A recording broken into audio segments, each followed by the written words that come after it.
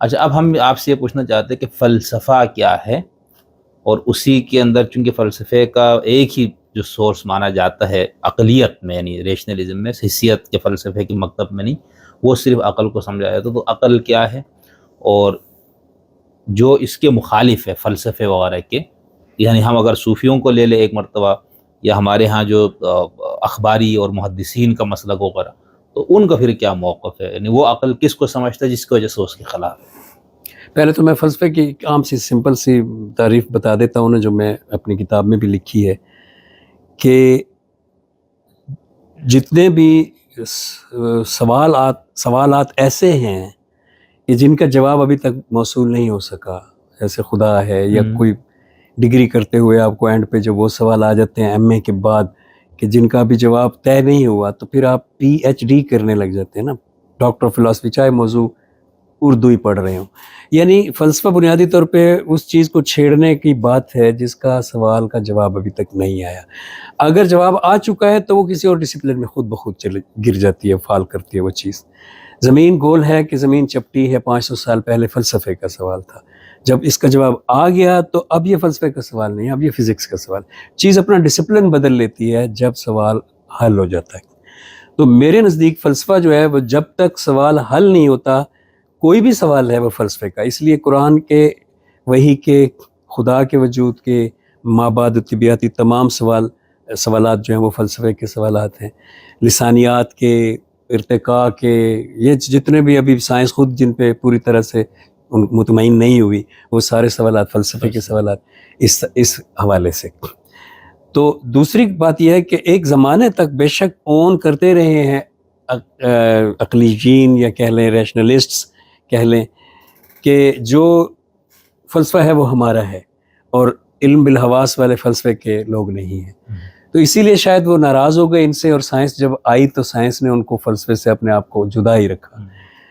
بہرحال جب سائنس آئی تو شروع میں اس کو نیچرل فلسفی کہا جاتا تھا، اور خود ارسطو نے بھی نیچرل فلسفی کہا ہے، اور خود اس نے بھی، نیوٹن نے بھی نیچرل فلسفی کہا ہے. تو نیچرل فلسفی یعنی اس وقت تک اس کو فلسفی ہی سائنس کو مانا جاتا تھا، لیکن یہ شاخ وہ سمجھی جاتی تھی جس کے بانیوں میں ڈیموکریٹس ٹائپ لوگ تھے یونان میں. اور پھر مسلمز نے اس میں بہت زیادہ جب ریسرچ کی سائنس کی تو پھر زیادہ پھیل گیا یہ. تو جو ہے تو وہ نیوٹن تک اس کو نیچرل فلسفی کہتے تھے، کیونکہ اس وقت سائنس اتنی ناراض ہو کے جدا نہیں ہوئی تھی جتنی اب ہے. تو اس لیے وہ فلسفی کی ہی، اس لیے میں کہنا یہ چاہ رہا ہوں کہ علم بالحواس ہو یا علم بالعقل، فلسفی کی ہی انڈر آتے، فلسفی کی شاخیں. تو فلسفہ تو یہ ہے کہ جس میں سوال لا ینحل ہے اور کسی بھی چیز کے بارے میں ہے. صحیح. تو یہ ہے فلسفہ، لا ینحل ہے. تو اب آپ کا اس سوال، میں عقل کو ہی سورس مانا جاتا ہے نا ان فلسفے کا سوالوں کا جواب دینے کے فلسفے کا لیے. تو اپنا مخصوص ٹول ہے نا، جی، اس کو چھوڑے گا تو فلسفہ نہیں رہے تو گا. عقل کیا ہے جب ہم لفظ عقل بولتے ہیں؟ اوکے، ایولیوشنری تھیوری کی روح سے عقل کا آغاز اس وقت ہم سمجھ سکتے ہیں کہ ہونا شروع ہوا جب فوکس شروع ہوا جانوروں میں، ارتکاز توجہ جب شروع ہوا. شیر جب دیکھتا ہے، فوکس کرتا ہے تو اس کو چیز نظر آ جاتی ہے. جب فوکس نہیں کرتا تو چیز فضی ہے اس کے لیے. یہ جو چیز میں اب اس وقت کہہ رہا ہوں کہ فضی ہے اور فوکس کرتے، اس کو ذرا فزکس کی ایک ٹرم کے روشنی میں دیکھیے کہ this universe is all of it, everything in it is a wave function. Wave function ایک فضی چیز ہے، like a wave. Whenever you look at it, whenever you observe it, it gets changed into, no, wave function, it gets changed into particles. Solidify ہو گئے, they became particles now. سو جو کائنات کی reality ہے وہ physics کی نون ہی نہیں، فل authentic theory کی روح سے کائنات کی ریالٹی فضی ہے، ٹوٹلی کوپن ہیگن انٹرپریٹیشن کی روح سے، جس کو بڑا جو چنک آف سائنٹسٹ ہے، یعنی جس کو کہتے ہیں اصل ملحد فزسسٹس 80%، وہ جس کو مانتا ہے وہ ہے کوپن ہیگن انٹرپریٹیشن کہ when you look at it, when you observe it, sorry وہ لک ایٹ اٹ کر وہ یہ غیر نان اکیڈیمک جملہ بھی نہیں بولتے، وہ کہتے ہیں when you observe it wave function gets collapsed. اب ویو فنکشن جو ہی کولیپس ہوتی ہے وہ پارٹیکل میں کنورٹ ہو جاتی ہے. ویو کی تو بے شمار امکانات ہیں، پارٹیکل صرف ایک امکان ہے. سو جو ہی آبزرور ویو فنکشن کو دیکھتا ہے اٹ گیٹس کولیپسڈ تو وہ پارٹیکل، اب ریالٹی کا تعلق اس وجہ سے صرف آبزرور کے ساتھ جڑ جاتا ہے کہ ریالٹی. اچھا یہ بات تھوڑی سی کانٹ کی اس بات سے بھی ملتی ہے کہ ایکچوئل ریالٹی تو نامنا ہے، تو جو ہم اس کو دیکھتے ہیں تو وہ فینومینا ہے اس کا جو حصہ ہم دیکھتے ہیں، اور ہم ریالٹی کو دیکھتے ہیں 5 حصوں کی مدد سے، اور 5 حصے خود یونیورس نے ہمیں دیے ہیں. تو مینس کہ نومینا نے فینومینا پیدا کرنے کے لیے پہلے اس کا آبزرور پیدا کیا. تو یہاں پہ بھی آبزرور آ جاتا ہے. اور جب ہم قرآن کریم کو دیکھتے ہیں تو قرآن کریم تو سب سے بڑے انسان جو انسانوں کے شہنشاہ ہیں، سردار ہیں، انسان کامل ہیں، ان کے بارے میں قرآن کریم کہتا ہے کہ انا ارسلناک شاہدا و مبشرا و نذیرا، آپ کو بھیجا ہے آبزرور بنا کر. پہلا آبزرور ہے، اور دوسرا مبشر اور نذیر جو ہے وہ اسی آبزرور کے آؤٹ کمز ہیں کہ آبزرور دیکھتا ہے تو پھر خبر دے گا اچھی اور خبر دے گا بری، آبزرو جو کر رہا ہے. تو وہ اس کا مطلب ہے کہ ہر پہلو، اور عام سستا قسم کا تصوف بھی یہ کہتا ہے کہ مرشد کی ایک نظر جب پڑتی ہے تو سب کچھ بدل جاتا ہے. تو مدعا یہ ہے کہ سستا مہنگا سائنس والا قرآن والا سارے ایک بات تو کر رہے ہیں، اور اسی کی بنا پہ فزکس کی 2 تھیریز ہیں، بلکہ ایک تھیری کی 2 شاخیں ہیں. اینتھروپک پرنسپل، کائنات کے آغاز کی جتنی بڑی بڑی فزکس کی تھیری ہیں مشہور parallel reality, multiverse, many worlds theory, big bang theory, ان میں اینتھروپک پرنسپل بڑی امپورٹنس کا حامل ہے. اینتھروپک پرنسپل کی 2 شاخیں ہیں، ویک اینتھروپک پرنسپل اور اسٹرانگ اینتھروپک پرنسپل. ویک اینتھروپک پرنسپل یہ کہتا ہے کہ یہ جو یونیورس ہے یہ فائن ٹیونڈ ہے ہیومنس کو پیدا کرنے کے لیے. اس لیے یہ بات ثابت ہوتی ہے کیونکہ جو کانسٹنٹس ہیں نیچر کے، جیسے کاسمولوجیکل کانسٹنٹ ہے، گریویٹیشنل کانسٹنٹ ہے، یہ 0 پوائنٹ کے بعد 0 سے چھوٹے ہندسے بہت سے لگانے کے بعد بھی ایکوریسی کے ساتھ آگے بھی لگانے پڑتے ہیں. اگر ان میں تبدیلی کر دی جائے تو یہ والی یونیورس پیدا ہی نہیں ہو سکتی. اتنی فائن ٹیونڈ ہونی ہی نہیں چاہیے، امپاسبل ہے. تو اس کا یونیورس کا جو الٹیمیٹ گول تھا وہ بیسیکلی اس درخت کا پھل تھا، وہ ہیومنس تھے، تاکہ ایک آبزرور جو ہے وہ لک بیک ایٹ اٹ. تو اب جو فائن ٹیونڈ والی ہے یہ ہے ویک کیا کہتے ہیں اینتھروپک پرنسپل. اب دوسرا ہے اسٹرانگ اینتھروپک پرنسپل. اسٹرانگ اینتھروپک پرنسپل یہ ہے کہ وہ کہتا ہے کہ اگر گول آبزرور تھا تو اس بات کا کیا ثبوت ہے کہ خود آبزرور ہی کاز نہ بنا ہو اس پورے کو کریٹ کرنے کی. So actually observer is the creator. Actually وہ کہتے ہیں ہم جب چیزوں کو دیکھتے ہیں تو مشہود ہو جاتی ہے، اس لیے یہ کائنات ویو فنکشن سے کولیپس ہو کر ہمیں ریالٹی میں نظر آتی ہے کیونکہ ہم اسے کریٹ کر رہے ہوتے ہیں. تو یہ پھر ذرا آگے چلے جاتے ہیں، یہ کہتے ہیں ہیومن خود کریٹ کر کے، ہم نے پہلے ہمارے آبا اجداد نے کہا درخت سبز ہے اور سبز ایسا رنگ ہوتا ہے تو وہ منتقل ہو گیا ہے. ہم چیزوں کو مینٹلی کریٹ کرتے ہیں، ہم بائی کیمرل تھے، پھر ہم کریٹ کرتے گئے، ہر چیز کو سپریٹ رکھتے گئے اور ہمارے دماغ جو ہے نا وہ ہوش میں آ گئے، کانشیس ہو گئے، ہم بائی کیمرل اسٹیٹ سے نکل آئے. تو جو رنگ ہمیں بتائے گئے تھے کہ یہ ایسا ہے یہ ویسا ہے، جو قد بتائے گئے، چیزیں بتائی گئی، وہ ہم نے اڈاپٹ کی ہوئی ہے. اور ایک فزکس کی تھیوری تو اس سے بھی آگے جاتی ہے، بولٹزمین برین. بولٹزمین فزکس کا ایک بہت بڑا نام ہے، آئنسٹائن جتنا بڑا. بولٹزمین برین ایک کنسیپٹ ہے کہ وہ بولٹزمین یہ کہتا ہے ایکچولی کہ یہ جو کائنات ہے اس کو بنانا اور پھر اس کے بعد انسان کو بنانا، یہ خدا کے لیے 12 گزیلین ٹائم مشکل ہے. ایک برین بنانا اور اس برین کے اندر خواب چلا دینا کہ یہ جو ساری ہے یہ ریالٹی ہے، اور پچھلی ساری میموری جو مجھے لگ رہی ہے کہ صبح سے ہے وہ بیسیکلی ساری اصل میں پیچھے ساری فیڈ ہوئی ایک کیسٹ ہے، ایک سی ڈی ہے. سو وہ بولٹزمین برین کہتا ہے 12 گزیلین ٹائم گاڈ کے لیے آسان ہے کہ وہ بولٹزمین برین پیدا کر دے اور ہم خواب دیکھ رہے ہوں. اتنا مشکل کام وہ کیوں کرے گا اگر یہی دکھانا مقصود تھا تو. یہ اس کی لاجک ہے. سو مدعا یہ ہے کہ جس طرف سے بھی گھوم کے آئے observer stays in the middle, اور آبزرور جو ہے وہ ہیومن سے بہتر کون ہو سکتا ہے. تو عقل کیا ہے, اس کے لیے یہ جو ابھی میں نے آرگومنٹ ڈیولپ کیا ہے کہ فوکس, جس کو ہم آبزرویشن کہہ رہے ہیں کہ آبزرو کرنے کے لیے فوکس تو ضروری ہے, کہ یہ بنیاد بنا ایولیوشنری پروسیس میں کسی بینگ کے عاقل ہونے کی بنیاد بنا, آغاز ہوا اس سے. اس کا مطلب ہے کہ اتنے سٹیپ پیچھے لائف کے, جب شیر, بلی, ایون کے بعض مکڑیاں بھی بہت زیادہ, وہ اتنے سٹیپ پیچھے یہ پروسیس شروع ہو گیا تھا کہ بالآخر یہ جو ارتکاز توجہ ہے یہ اپنے ان کھینچی ہوئی تصویروں کو, ان فوٹوز کو کہیں تو پلیس کرے گا جہاں اس کو دوبارہ وہ اٹھا سکے. اس چیز کو کہتے ہیں میموری کا آغاز. تو میموری جو یونی سیلولرز تھے ان میں تو زیرو ہے. اب اس بات کو سمجھنے کے لیے ذرا یہ کہہ لیں کہ اگر ایک یوگلینا یا ایک کلیمیڈوموناس یا ایک امیبا, یک خلوی جاندار ہے, جی, بلکہ میں اس کی بات کروں گا جو یک خلوی پودا ہے یوگلینا, اس کی سیلیاں ہیں, آگے اس کے 2 بال ہیں جن کی مدد سے وہ موو ہوتا ہے پانی پہ. اب جب سورج نکلتا ہے تو وہ اپنے سیلیا کو حرکت میں لاتا ہے اور سورج کی روشنی کی طرف ایسے آگے بڑھ جاتا ہے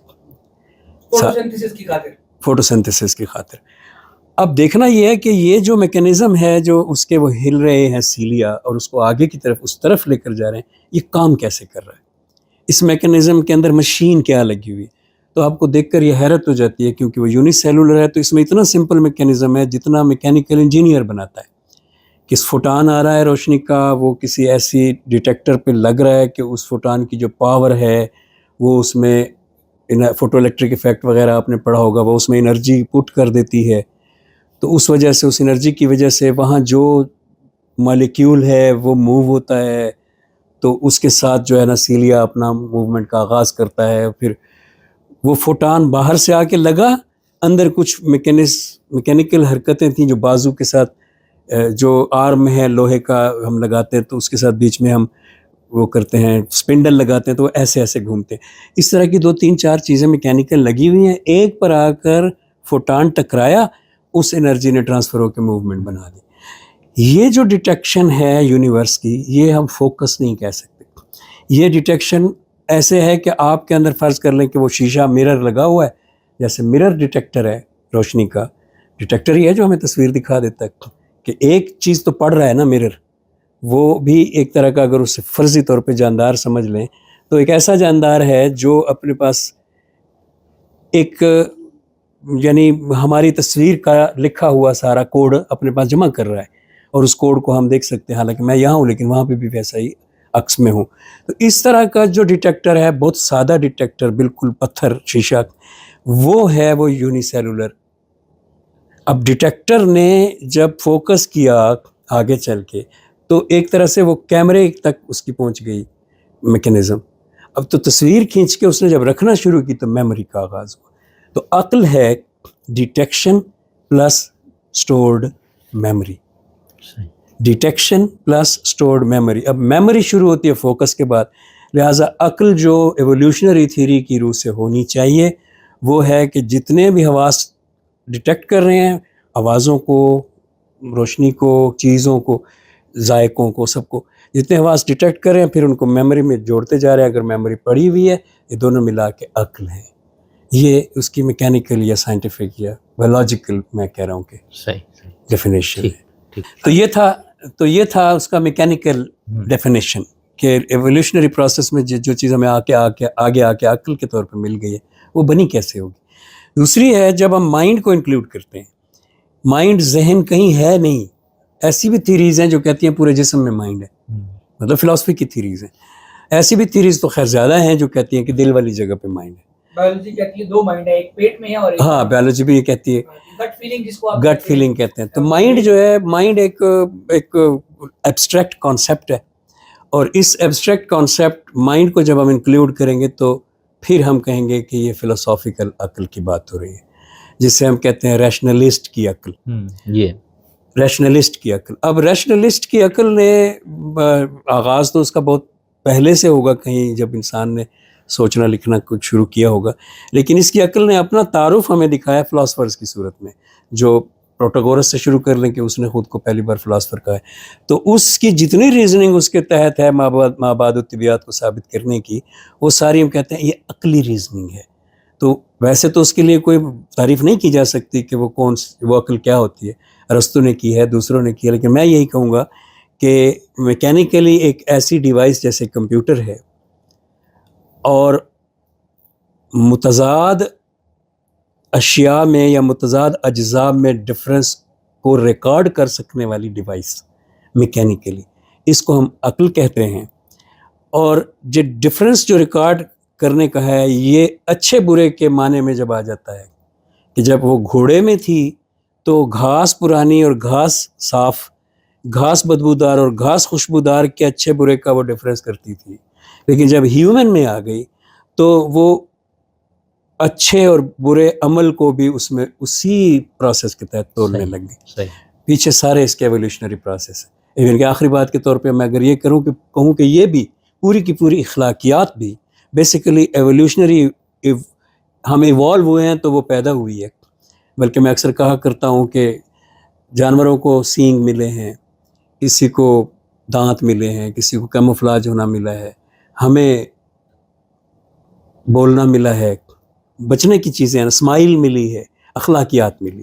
میں کہتا ہوں اخلاق morality is a weapon that we use to protect ourselves. تو ہم جب اسمائل دیتے ہیں آپ کو تو آپ کو خطرہ مجھ سے تھریٹ کم ہو جاتی ہے, اور جب آپ ہمیں دیتے ہیں تو مجھے بھی کم. اچھا بھنڈا صاحب, آپ جس کو صوفیہ یا مذہب کی زبان میں علامہ اقبال وغیرہ نے جس کو مذہبی تجربہ کہا, آپ اس کے بالکل ہی امکان کے قائل نہیں ہے, یعنی ایسا ممکن ہی نہیں ہے, وہ صرف ایک مرض ہے, تخیل ہے, یا مطلب امکان ہے عقلی طور پر اس کا؟ دیکھیے اس سلسلے میں خود اقبال نے بھی ایک مثال پیش کی تھی یہودی لڑکے کی, اور وہ مثال یہ تھی کہ وہ یہودی لڑکا اس کو دورہ پڑا ہوا, ہمارے نزدیک شاید مرگی کا دورہ ہوگا. تو حضرت وہاں پہ آئے اور انہوں نے دیکھا کہ وہ لڑکے کو وہ کچھ عجیب و غریب حرکتیں کر رہا ہے, اور وہ پیچھے درخت کے پیچھے کھڑے ہو گئے. اقبال نے مثال دی. جی حدیثوں میں ہے, کتابوں میں. لڑکے کی ماں نے اس کو پکڑ کے ہلایا اور وہ ٹھیک ہو گیا. تو حضرت نے فرمایا کہ اگر اس کی ماں اس کو نہ بتاتی تو آج سچائی منکشف ہو جاتی تھی. تو اب کون سی سچائی منکشف ہونی تھی یہ میں تو نہیں جانتا کہ وہ کس تجربے سے بندہ گزر رہا تھا, لیکن جو بات آپ نے کی ہے وہ بات پھر اسی جگہ پہ چلی جاتی ہے کہ اگر کسی کو کوئی اس طرح کا داخلی تجربہ ہوا ہے تو وہ اپنے تجربے کو پیش کرے, اور اگر اس کو تجربہ ایسا ہوا ہے اور وہ اس کے بعد لوگوں کو اپنے تجربے کو منوانے کے لیے ڈنڈا ہاتھ میں پکڑ لے کہ میرے تجربے کو مانو, تو ظاہر ہے یہ کوئی علمی معاملہ نہیں. ہاں نہیں, یہ تو بالکل ٹھیک. تو آپ نے تجربہ پیش کریں, اور اس تجربے کو جب وہ عقل کے سامنے پیش ہوگا اور عقل اس پر جب اپنے قوانین جاری کرے گی, اور پھر تو وہ قوانین اس طرح کے ہوں گے کہ اگر 50 لوگ بھی وہاں پہ کھڑے ہوں گے یا اس کو عقل کے قوانین کو پڑھیں گے تو پھر وہ جب ان سے اس عقل سے اختلاف کریں گے تو عقل کے دائرے میں رہتے کریں گے, لہٰذا وہ بھی عقلی ہوگا. عقل کی جتنی بھی مخالفت کی جاتی ہے یا اس کے اندر جتنے بھی فالٹس دریافت کیے جاتے ہیں, بالآخر وہ عقل کو مضبوط کرتے ہیں, کیونکہ وہ عقل کو موقع دیتے ہیں کہ عقل ان فالٹس ہے جو نقائص ہیں ان پر غالب آئے, اگلی بار ان سے پرہیز کرے. تو یہ عقل اس طرح کی ہے, یہ مذہب کی مانند نہیں ہے کہ مذہب کا ایک فالٹ سامنے آیا تو مذہب کا تو بیڑا گرک ہو جاتا ہے کہ بھائی یہ کیا ہوا ہے اچانک, یہ تو ہم نے تو اس طرح سوچا ہوا تھا. لیکن عقل کا اس طرح نہیں ہے. عقل جو ہے وہ جو اس کے نقائص سامنے آئیں گے عقل آگے بڑھے گی, اس کا ارتقا. بالکل. بہت شکریہ سر, بہت اچھا سر. ویسے میں آپ کی یہ سارے گفتگو سنتے ہوئے بھی اور آپ کی تحریریں پڑھتے ہوئے مجھے اکثر یہ خیال آتا ہے کہ آپ رہتے باہر ہے, پڑھتے سارے آپ دوسری زبان, اردو میں تو اتنا مواد اس طرح سے نہیں ہے.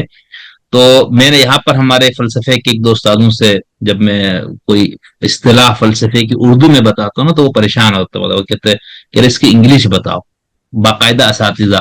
لیکن آپ نے یہ خوبی ہے کہ آپ وہ سارے جو مشکل فلسفیانہ اصطلاحات آپ اس کی ماشاءاللہ سے وہ سارے اردو میں آپ بتاتے ہیں. تو یہ کیا آپ نے کوئی ایکسٹرا کوئی محنت اس پہ کی ہے، یہ کیا ہے یہ؟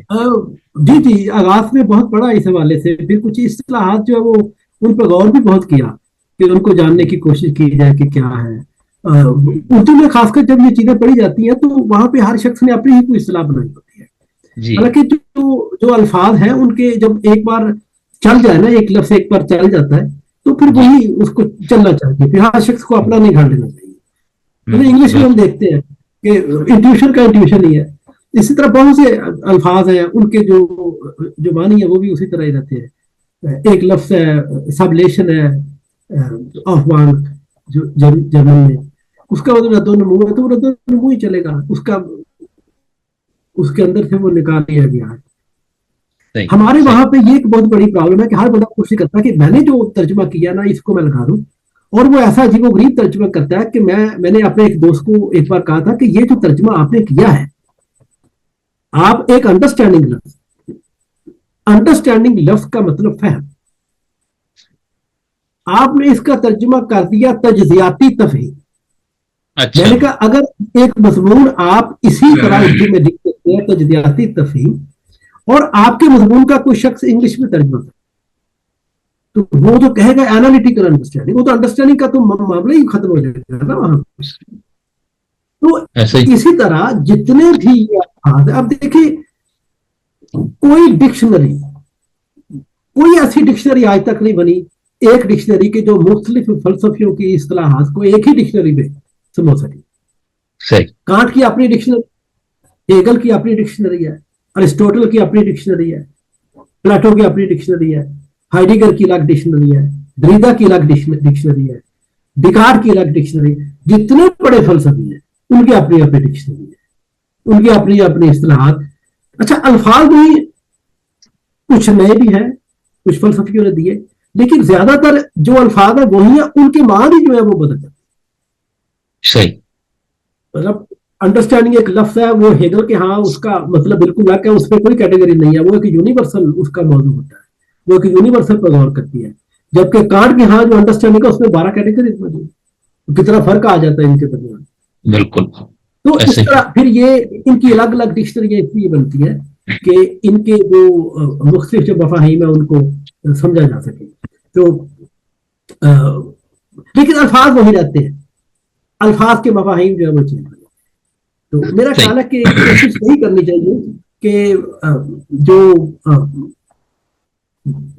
مشکل اصطلاحات ہیں ان کے جو ایک بار جو تراجم ہو جائے ان کو چلنے دیا جائے، لوگوں کو آگے بڑھنے دیا جائے ان کے ساتھ، نہ کہ ہر شخص اپنی لے کر آ جائے اور ایک کتاب آپ پڑھیں. میں نے شروع میں کتابیں پڑھی، کافی کتابیں میں نے فلسفے، علی عباس جلال پوری، یا ایسے کوئی 98 میں میں کیونکہ آیا تھا یہاں پہ کیونکہ میں 26 سال ہو گئے یہاں پہ، تو اس دوران میں نے ان لوگوں کو پڑھا.